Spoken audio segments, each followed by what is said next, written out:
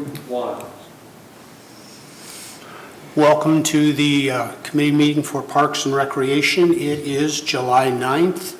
It's a little after 5:30, and we have before us today one activity, and that deals with a request for camping and fire.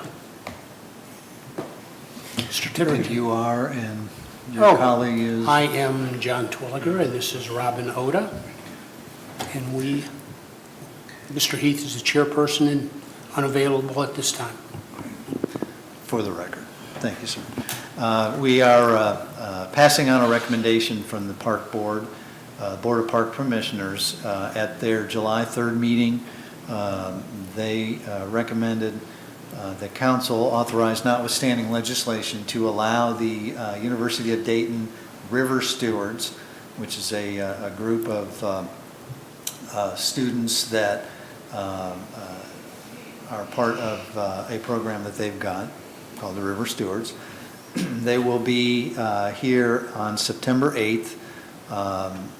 Typically, when they come, they do camp overnight. They can experience, they can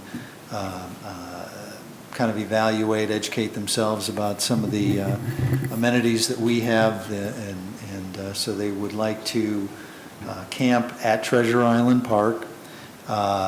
Because we don't allow overnight camping, we also don't allow fire pits. It takes a special recommendation and authorization by council to do this. Again, Park Board is in favor of this. The fire department is okay with the fire pit. They will be consulting with the fire department, they being the UD River Stewards, to make sure that what they do complies with what the fire department wants them to do. And we are not requesting emergency legislation. Questions? Robin? How many fire pits are we talking? Is this one? Big, small?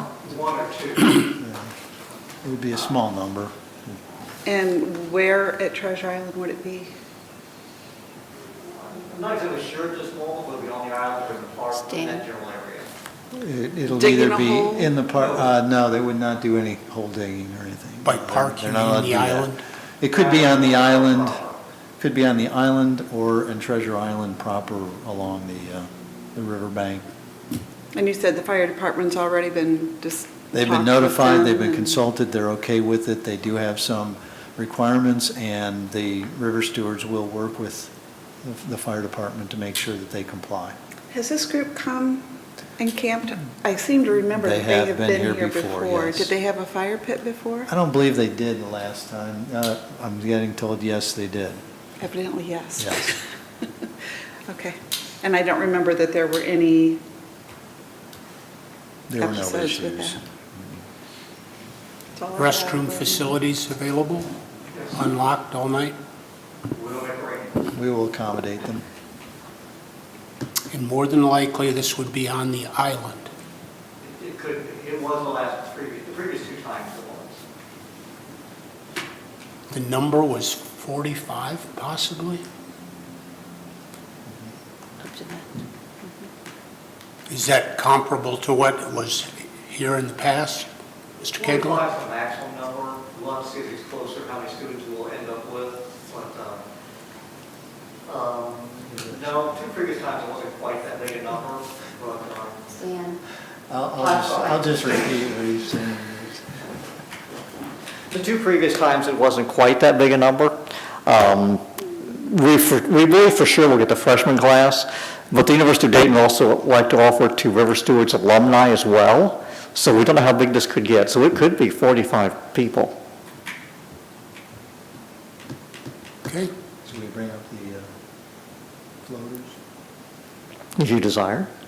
I didn't know if it was well, there is some newer technology out there that you can camp on the river itself in a floating tent. The shoal tent. And so that may be a possibility where some of them actually may sleep overnight on the river itself as part of this experience. just wandering, devil's advocate kind of thing.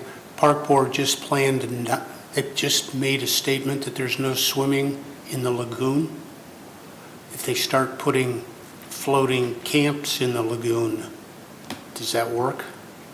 Yes, that's not swimming in the lagoon. It's the same as if they were on an inner tube or something like that, but we don't expect that they would camp in the harbor. It's not a lagoon, it's a harbor. They would be on the river itself. Okay. Other questions? I do have a question.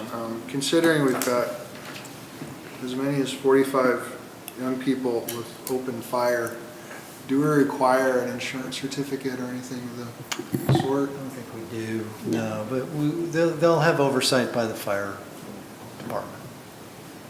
We've worked that out where, I don't know that we're going to have firefighters camping out over there, although they are 24-hour folks. But historically, it's been a very good group. Mr. Assistant Chair Manning, You may.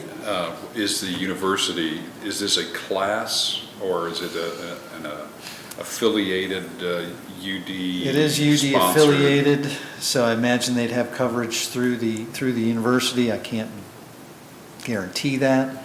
It is not a specific class or major. There are the folks that, the students and the alumni that have joined this have been from a variety of different majors.